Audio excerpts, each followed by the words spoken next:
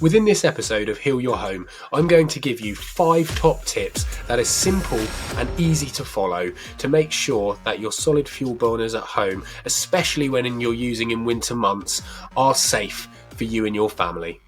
Heal Your Home with Jason Ratcliffe. If you have a home that has a fire, whether it's an open fire or whether it is a solid fuel burner, this can have particular hazards for you and your family and has been known to be one of the highest contributors to small tiny particle matter within your home, which can be absorbed into your lungs and through your bloodstream, which can cause various illnesses, which is why it is so important to make sure that you and your family understand the implications of what this can be, and also more importantly what you can do about it, because it doesn't matter if you're a tenant, landlord or homeowner. Everyone has a responsibility and everyone is able to do everything necessary to make sure that they live in a healthy environment when it comes to a solid fuel burner or fire.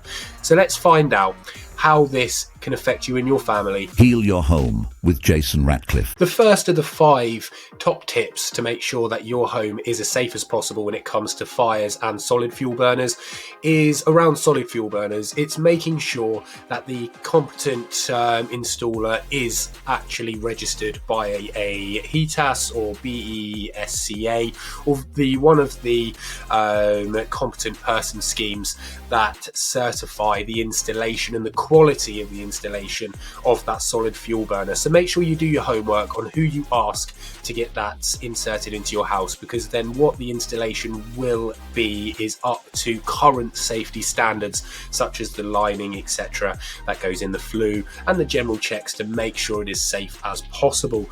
So first, installation, it's really important to make sure you get it done by a competent contractor. Second, annual, every single year. Don't fail to do it, because it's really important to make sure you get it cleaned and inspected to make sure that it is completely safe. As well as that, make sure you use the stove to the manufacturer's installations guidance to make sure that you're not using it incorrectly or unsafely, because a lot of solid fuel burners can only safely go up to a certain temperature of whatever the material is burning inside. If it exceeds that, we can then start looking at damage, warping, things like that.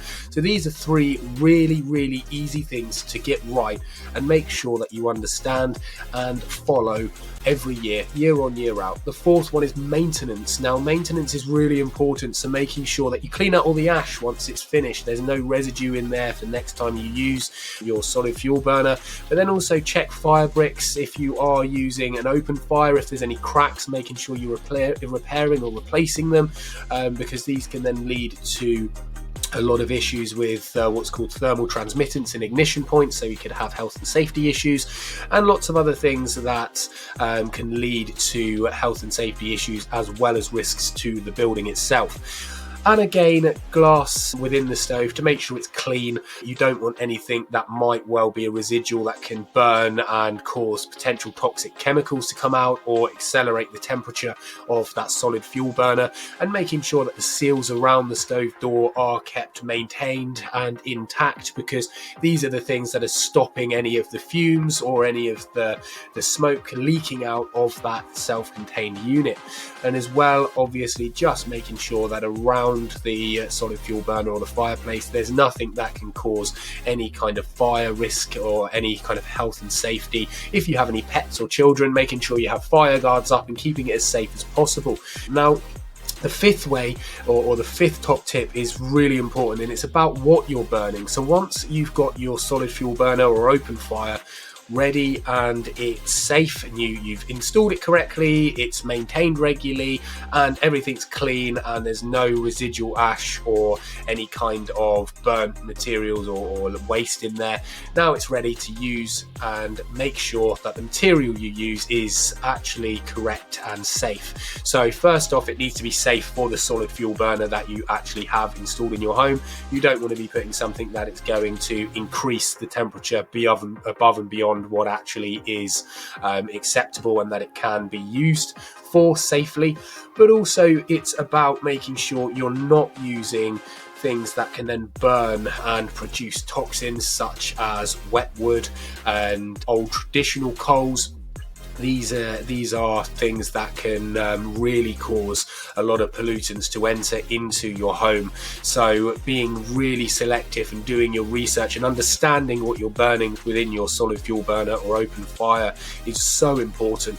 You can't just chuck anything on your fire. It may seem wonderful and a lovely bliss idea, but it really isn't. So these are the 5 points that I'm giving to you today to make sure that you and your family stay safe. And now, a listener question for Heal Your Home.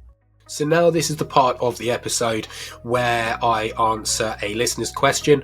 It's great that we've got a lot of people asking about wood burning stoves and solid fuel burners and open fires, because obviously it shows that there is some awareness around this. Now we have Leonard from Exmouth who lives in a Victorian home. He currently has an open fire within his home, but wishes to know whether that is more sustainable and more effective, or whether a solid fuel burner is the best way to go. To be honest with you, research does suggest that solid fuel burners are definitely more efficient. Typically, they're around 80% efficiency, and open fires are around 15 to 20%. This really is because solid fuel burners are more focused.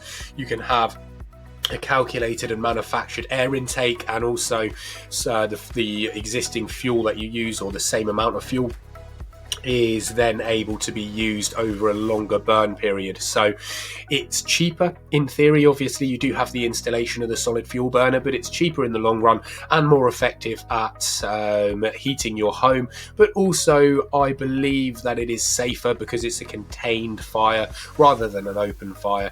So these are the reasons why I would suggest, if you're able to have one and have the finances to install one, to get a solid fuel burner within your home. It's important to make sure that you get somebody who is certified to do that for you. I hope this helps, and thank you again for listening. Jason's Tenant Top Tip. So this week's episode's Tenant Top Tip is obviously going to be around solid fuel burners and fireplaces, and what your rights are to ensure that you are living in a safe and well-maintained home. Well, as it stands with solid fuel burners and fireplaces, it is the landlord's responsibility, but it's also you as the tenant's responsibility. Carbon monoxide alarms should be in place, tested regularly and in the correct locations to make sure that you have safe alert systems in place, and in case any carbon monoxide build-up occurs. And also mains powered fire alarms that are tested and in date are really important. But again, making sure that the certification for the installation of that solid fuel burner is available to you as a tenant to prove that it has been installed safely, and that the landlord does get it annually checked and inspected and cleaned, and any repairs done as soon as they are required. It would also be advised to get the checks done prior to lighting, so maybe at the back end of summer, just before you need to be lighting that solid fuel burner or fire, to make sure the flue's intact, the chimney breast, the chimney stacks, the carbon monoxide alarms are working, the mains powered fire alarms are working, and everything is safe. So as a tenant, you do have the right for that, but also you have the responsibility to make sure that you're not negligently using the fireplace or the solid fuel burner. Heal Your Home with Jason Ratcliffe. Thank you so much for listening to this week's episode. It really does mean a lot to me and my team. Check out the website at homehealthexpert.co.uk for more information, to check out the services that we can help with for you and your family and improve your home's health, and also for the top tip guides that we have available for you.